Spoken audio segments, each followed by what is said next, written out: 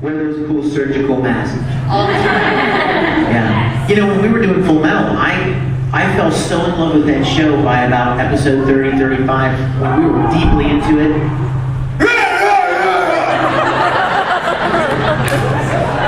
What you did? I put the microphone. Okay, that was one too. We were deeply, look at that. It keeps wanting. When we were deeply into these series, and I became so conscious of wanting to do a really good job with it, that whenever I would be recording anything before I went to record Full Metal, I would get so scared that I was going to lose my voice or thrash it from some huge fighting show or something, and then get up there and not be able to do justice to it. Because the first thing to go when you're yelling, when you do that kind of stuff, for me anyway, the first thing to go is that light, higher, softer range. That's the first thing that's gone. And your voice becomes thick and heavy and you just can't get there. And I was so scared because I didn't want any of that to ever ruin any of the Full Metal performance stuff. So suddenly you get really scared when you're doing several different things. And you know you need your voice. For this show, you need a certain range of your voice. And sometimes you sacrifice it for a few days. I've never lost my voice recording until I did Claymore. Wow. Yeah, I mean, I could tell I was getting tired, and I know, okay, after these 4 hours, I'm gonna need a rest before I can play anything else. But we mentioned Claymore earlier. Both Vic and I directed it. Colleen was a producer, and we're all in it. If you don't know, how can I talk about it without giving it away? The girls, they're all girls. They kind of like power up. They go like Super Saiyan in a way. And it was practically everyone in the show has to do it. And so you go from Deneva, who sounds a lot like a mature Haruhi, who's very comfortable speaking voice, and then she talks like this, and screams and yells and goes insane, and it's so fun. I remember. Thank you. Colleen directed me on it, and I didn't even realize, and it didn't hurt. It was not painful, because I remember you're like, "Are you okay?" Yeah, great. I knew Like, he would go away and be in so much pain. I did it. No, it didn't hurt. It never hurt, but it sounded like it. Yeah, my voice went away. Like, I remember we did this pass. It was a long, complicated thing, like screaming and then talking in there, and no good way to break it up, so you just have to be able to do it. And I think maybe we did it once or twice, and then you asked me a question, just like a regular question, and I replied to, but I sounded like this when I talked. And I'm like, oh, it's gone. Good thing we're finished. This side, someone else pick. Yes, sir.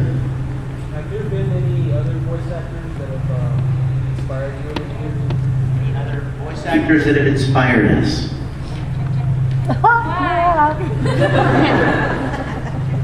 I know, I'll brag on her because she's here, and not just because she's here.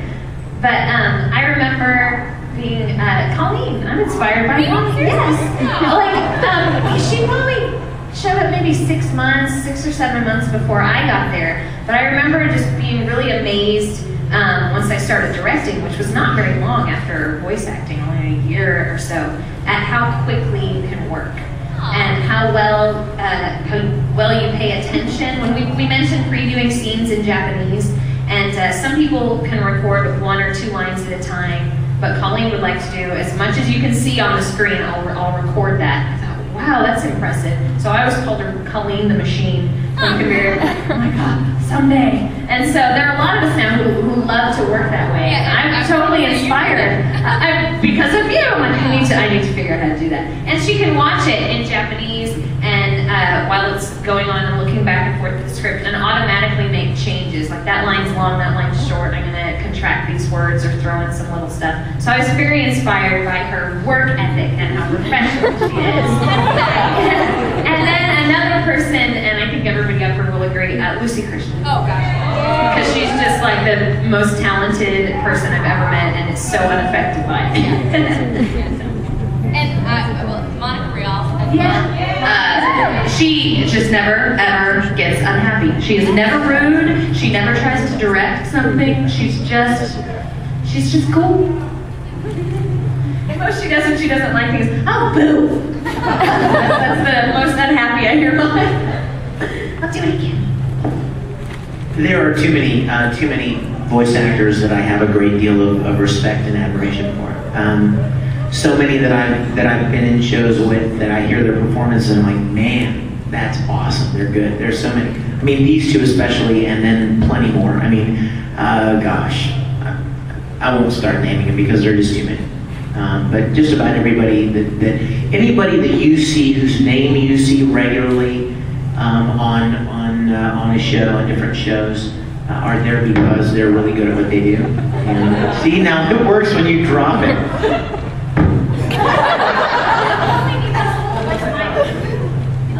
Hello? That work? Yeah, what? It's white night. Okay, questions? Okay, yes. With the spatula. Or the wooden It's spoon. Cookie Mama! That's Megan. Where is she? One is for all work on Sabasa. Are you guys interested in the actually, I wasn't here, we just got here. Oh, okay. Oh, good lord. They asked that a little bit earlier. Anything I know you know about Sabasa, I know that we will always try to acquire Sabasa stuff. I don't know that it will always happen.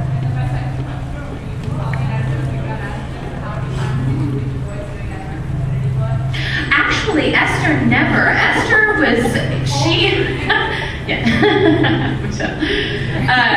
she is so clear and high that when I scream, I can do it very naturally. It comes from a very natural place. And I mean, I don't know if you've ever heard this before, but if you scream in real life, like if you're getting mugged and you're screaming, you're not hurting your voice because your voice is intended to do that. You really are intended to come from a natural place. But when I'm screaming as Luffy, screaming in that voice, that hurts because it's not what my body wants to do. But screaming in Esther voice was easy.